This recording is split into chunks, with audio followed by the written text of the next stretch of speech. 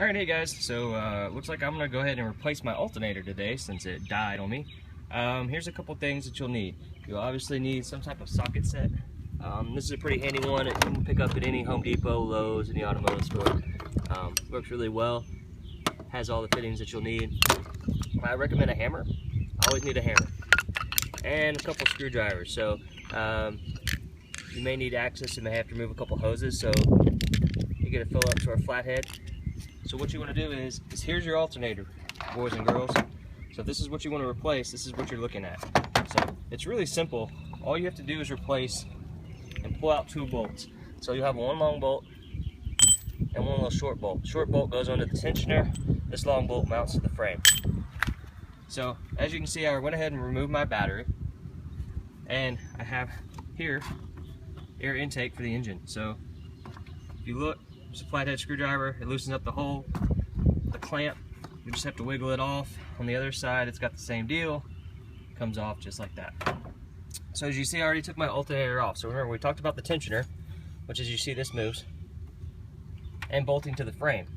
So remember that long screw? So that's where that goes. So what happens is, let's see if I can pick this up with one hand, is that it'll sit in here kind of like that.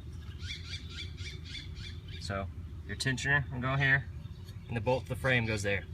So all you gotta do, if you're worried where it in, see this end fits right in between that spot there.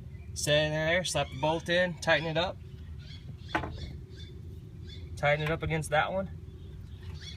And your belt, you're gonna be like, Bill, how do I get this belt off?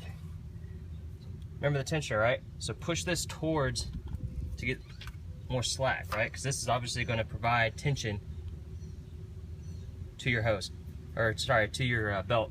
So once you move this all the way as far as it can go, you'll get a lot more slack. So flathead screwdriver will help, so you can get some leverage and push a little, so you can get the, but the belt should slide on and off. What you want to do is, as you tighten it though, get it snug and push this thing as tight as you can get it. So you want to push down and try to get that belt as tight, almost as tight as you can, and then tighten it up one more time just to make sure it's secure. That way there's enough tension on the belt.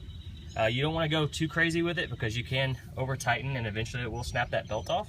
But as long as you take it easy and apply the approximate correct amount of pressure, it should work just fine. So yeah, that's pretty much it here. This should really only take about 15 minutes from start to finish. You'll need to go ahead and, I recommend taking this off and go into your local automotive store, because there's a core charge. So if you go ahead and take it off beforehand, run to the automotive store, get the proper one that you need, because you'll actually have the one in hand with you. They can replace it to make sure you get the correct one, and you get the new one, and you'll be able to slap this thing on and go. So that's it. Thanks for watching.